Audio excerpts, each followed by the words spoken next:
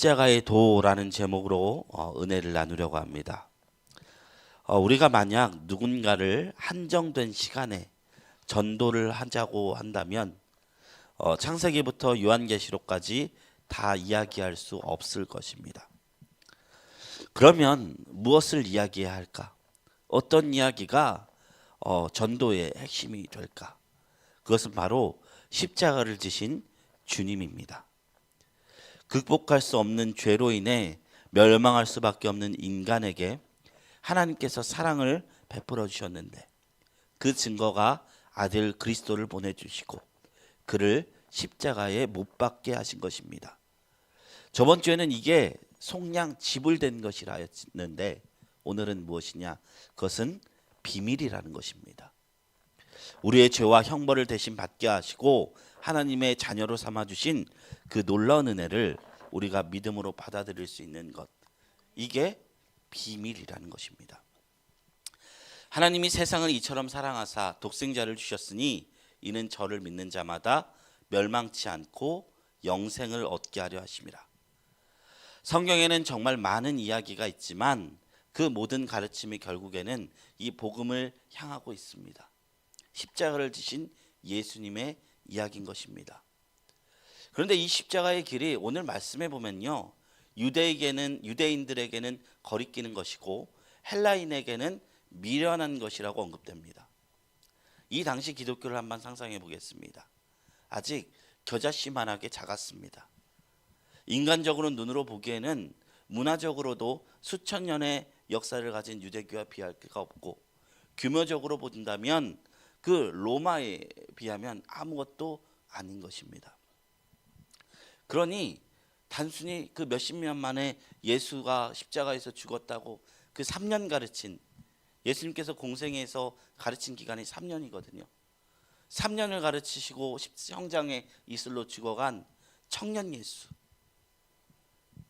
지금 예수님의 나이가 30살부터 33살까지 사역을 했다고 하는데 지금 돌아보면 얼마나 젊디 못해 어린 나이인지 모릅니다.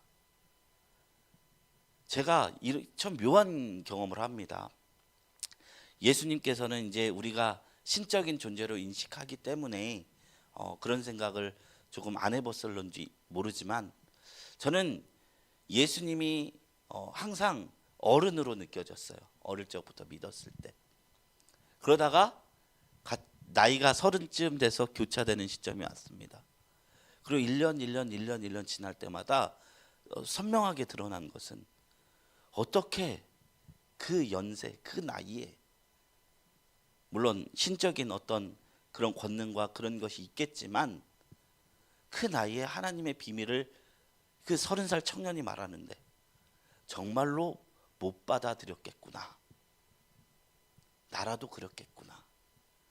내가 50쯤 된다면 치기 어린 그냥 종교적 역사도 모르는 그냥 목수 청년이 그냥 치기 어리게 말하고 있겠구나 라고 볼 것 같다는 생각을 문득 하게 되었습니다. 그러니 유대교인들이 보기에는 예수를 믿는 성도들의 모습이 얕게 보였을 것입니다. 그리고 전 세계를 호령한 로마 제국의 지식층이었던 이 소피스트들, 지혜자들에게는 그 십자가의 은혜가 단순해 보였을 것입니다. 세상의 어떤 신도 실패를 이야기하지 않습니다. 영웅화하는 것이죠. 승리를 이야기하는 것이죠. 원수에게 사로잡혀 십자가에서 죽임을 당하는 패배를 신앙하는 신앙은 이 세상 어디에도 없는 것입니다. 유대인들이 믿는 메시아는 로마를 무너뜨릴 강력한 철인이었고 그리스도인들이 생각하는 영웅과 신도 그런 존재여야만 했습니다. 그러니 십자가를 지고 죽어버렸던 이 메시아를 신적 존재로 받아들이기가 어려웠다는 것입니다. 그러나 정말 예수를 경험한 자들은 그 험한 십자가를 바라보며 눈물을 흘리고 자랑할 따름입니다. 우리의 강함을 자랑하는 것이 아니라 약함을 자랑하는 것입니다. 아까 찬양할 때도 생각해보면 참 재밌습니다. 찬송가에는 무시무시한 찬송이 있어요. 예를 들어 밝은 멜로디로 무시무시한 가사를 하는 거예요. 무화과 나무 잎이 마르고 포도 열매가 없으며 감람나무 잎이 그치고 농밭에 식물이 없어도 막 다 없대요. 없대요. 다 없대요. 근데 저 청년 시절에 이 찬양 부르면서 율동하면서 찬양했거든요. 가사를 생각하지 않고 불렀어요. 어느 날 길 가서 이렇게 부르는데 어느 날 눈물이 나는 찬양 가사예요. 아까 저희가 예배 전 찬양으로 불렀던 찬양, 어린아이 같은 우리 미련하고 약하다, 이것을 왜 이렇게 즐겁고 기쁘다고 그렇게 밝은 메시지로 우리가 고백하는 것일까요? 그러나 그것을 인정하는 것이 신앙이라는 사실입니다. 그런 미련함과 약함을 하나님의 강함으로 채워주시는 것이 기독교 신앙의 본질이라는 것입니다. 오늘 성경은 선포합니다. 이 세상의 지혜로는 하나님을 알 수 없다는 것과 오직 하나님께서 우리에게 허락하실 때만이 그 십자가의 도가 깨달아진다는 사실입니다. 21절에 24절에 이렇게 선언하고 있습니다. 하나님이 지혜에 있어서는 이 세상이 자기 지혜로 하나님을 알지 못하므로 하나님께서 전도에 미련한 것으로 믿는 자들을 구원하시기를 기뻐하셨도다. 유대인들은 표적을 구하고 헬라인은 지혜를 찾으나 우리는 십자가에 못 박힌 그리스도를 전하니 유대인에게는 거리끼는 것이요 이방인에게는 미련한 것이로되 오직 부르심을 받은 자들에게는 유대인이나 헬라인이나 그리스도는 하나님의 능력이요 하나님의 지혜니라. 오늘 말씀에서 복음을 뭐라 얘기했나요? 지혜, 하나님의 지혜라고 표현합니다. 우리가 복음의 비밀을 언급할 때 주로 이단들이 뭘 인용하지 아십니까? 종말론을 인용해요. 요한계시록의 상징 언어들을, 그 이미지화된 언어를 우리가 쉽사리 이제 그 어떤 의미인지 딱 도입하기 어려우니까 이 종말론을 잘 드러내는 것이 복음의 비밀을 깨닫는 것이다, 이렇게 말합니다. 해석하기 어렵고 상징으로 가득한 종말론이야말로 신앙생활을 하며 감춰진 비밀이다, 뭐 이렇게 주장하는데, 성경이 주장하는 가장 큰 비밀, 세상이 깨닫지 못하는 가장 큰 비밀 무엇이냐? 우리가 예수를 믿기 시작한 그 지점, 이 십자가의 도라는 것입니다. 이것이 하나님이 지혜로운 자들에게 감추시고 심령이 가난한 자, 겸손한 자, 약하고 천한 자, 자신의 죄됨을 아는 자들에게 드러내신 하나님의 비밀이란 사실인 것입니다. 그래서 사도 바울은 이 십자가에 대해서 골로새서 1장 26절 27절에 이렇게 말하고 있습니다. 이 비밀은 만세와 만대로부터 감추어졌던 것인데 이제는 그의 성도들에게 나타났고 하나님이 그들로 하여금 이 비밀의 영광이 이방인 가운데 얼마나 풍성한지를 알게 하려 하심이라. 이 비밀은 무엇이라고요? 너희 안에 계신 그리스도시니 곧 영광의 소망이니라. 우리 안에 그리스도가 거하게 되는 것 자체가 비밀이라는 것이죠. 사도 바울은 우리 안에 있는 것이 비밀이다라고 말합니다. 우리 안에 없는 게, 우리가 깨닫지 못한 게 비밀이라 얘기하지 않습니다. 너희 안에 계신 그리스도가 비밀이라. 구원파들이요, 신도들을 홀릴 때 너희 안에 구원 확신이 있느냐, 그 확신 없으면 구원 못 받았다, 그러니 비밀 깨달으라, 이렇게 말해요. 그런데 우리가 우리 안에 있는 이 십자가 지신 예수님을 기억하면, 그리스도로 받들고 아멘할 수 있으면 우리는 이미 모든 영적인 비밀을 이미 깨달은 자인 것입니다. 성경 뭐 이해 잘 안 될 수 있어요. 그런데 내 안에 지신 예수께서 나의 죄를 지고 죽으셨다, 이게 깨달아지면 뭐 국어 실력 사람마다 능력이 다르니까 성경 이해 못할 수 있습니다. 더군다나 이거 고어지 않습니까? 현대인이 쓰는 말 쓰지 않습니까? 잘 이해 안 될 수 있습니다. 이런 걸 깨닫는 게 지혜가 아니라 복음, 예수 그리스도께서 내 안에 있는 것, 내 죄를 해결하시고 내가 주님을 나의 주요 구세주로 믿는 것. 이게 되면 이미 유대인들이 성경 5세가 되면 토라를 딸딸딸 외운다고 해요. 눈 감고 외운다는 거예요. 그 사람보다 훨씬 큰 복음의 비밀을 깨달은 자라는 것입니다. 예수를 그리스도로 믿는 것은 얼마나 놀라운 사실인지 모릅니다. 그리고 얼마나 우리의 힘과 능으로 깨달아지는 것이 아닌지 모릅니다. 예수님께서 수년 동안 자기를 따른 제자들에게 너희는 나를 누구라 하느냐 물었을 때 베드로가 대답했죠. 주는 그리스도시요 살아계신 하나님의 아들이십니다. 그때 예수님께서 하신 말이 무엇이었느냐? 바요나 시몬아 내가 복이 있도다. 이를 내게 알게 한 이는 혈육이 아니요 하늘에 계신 내 아버지시니라. 예수가 그리스도다. 예수가 그리스도시다. 이거를 깨달은 게 이 베드로의 지혜가 아니라 하나님이 주신 선물이라 말한 겁니다. 어떤 이들은 십자가에 달리신 예수를 보며 실패자라고 말하는 사람이 있습니다. 어떤 이들은 예수님을 보면서 저 사람은 도덕교사다라고 말하는 사람이 있습니다. 그러나 성령 안에서 거듭난 자들은 십자가에 달리신 우리의 주님이 나의 주, 나의 구세주로 보입니다. 그리고 주님의 가르침 속에서 하나님 나라를 봅니다.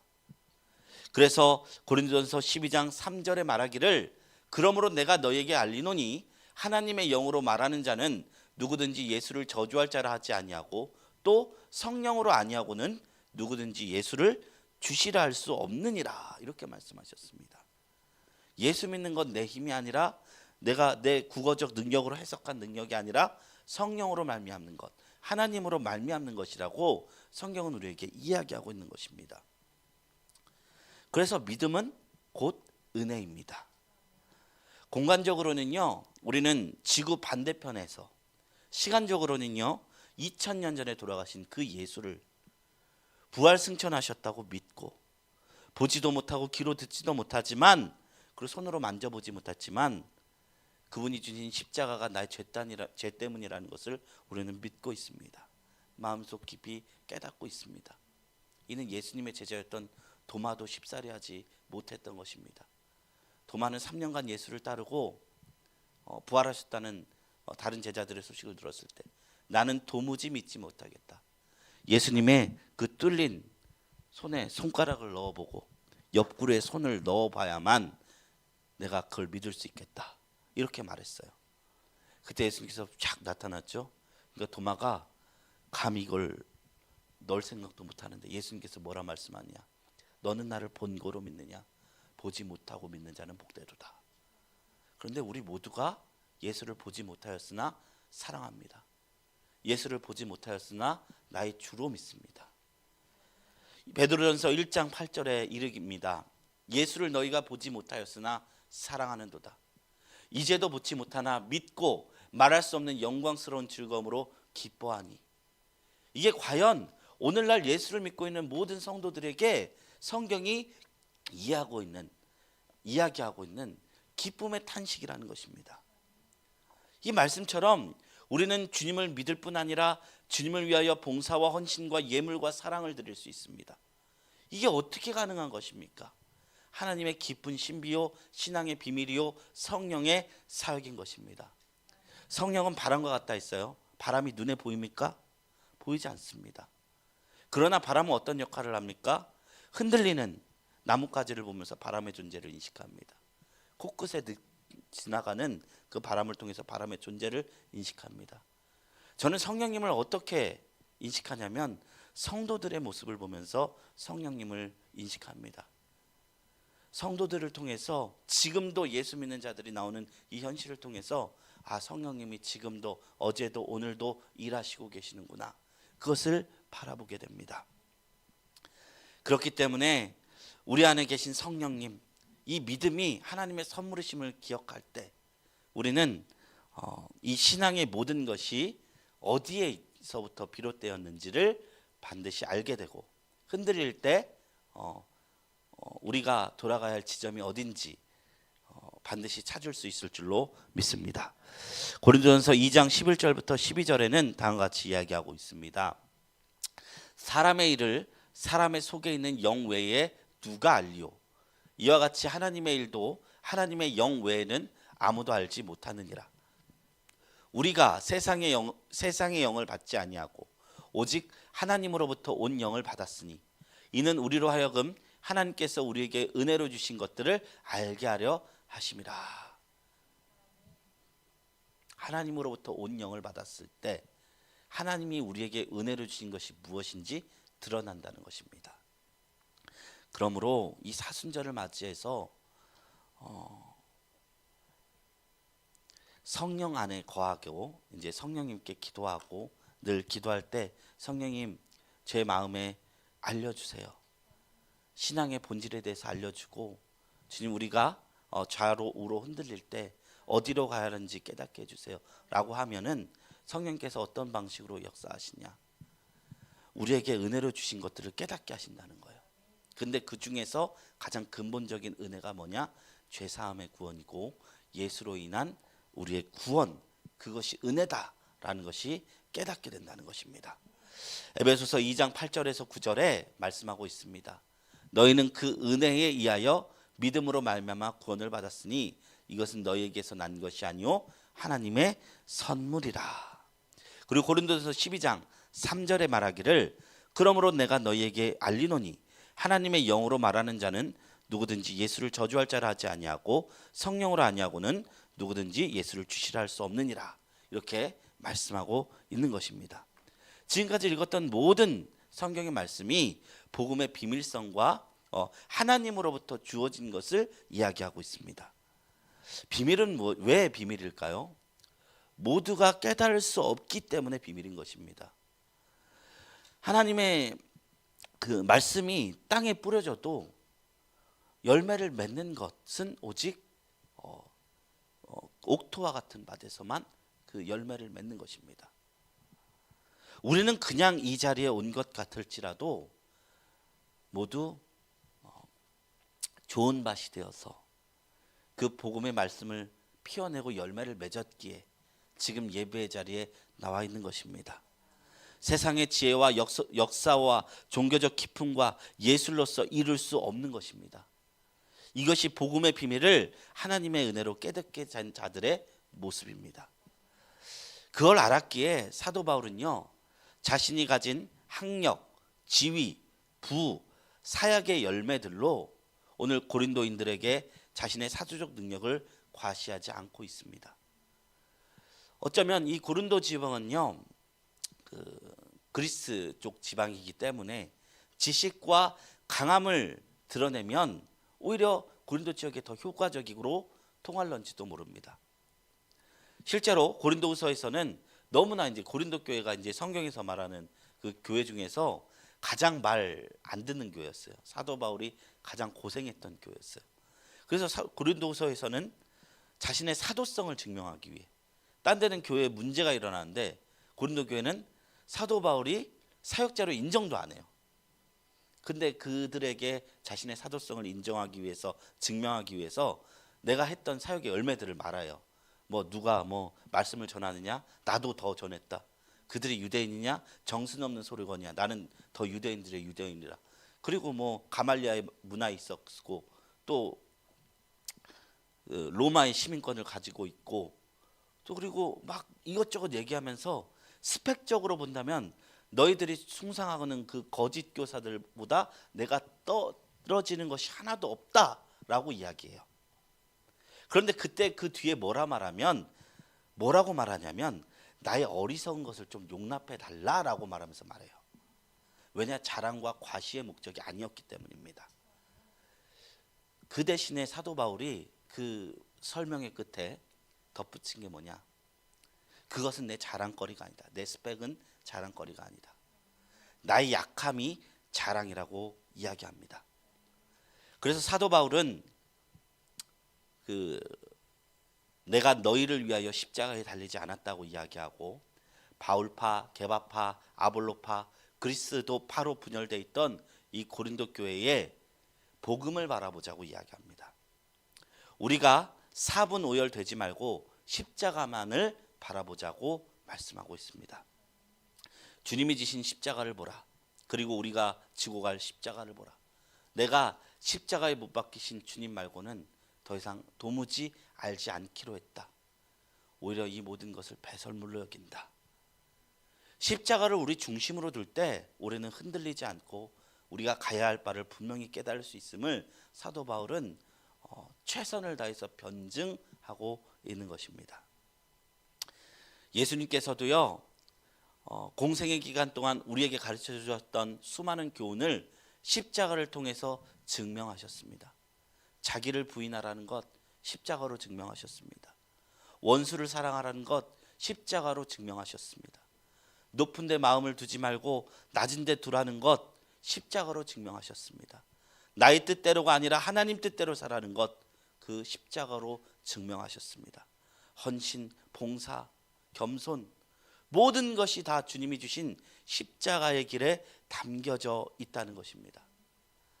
사순절을 맞이하여 우리가 주님의 죽으심을 진정으로 깨닫기를 되뇌기를 원한다면, 높아지기보다 낮아지기를 원한다면, 통회하고 자복하며 가난한 심령으로 하나님의 나라를 받들기를 원한다면 십자가를 바라보게 되시기를 축원합니다.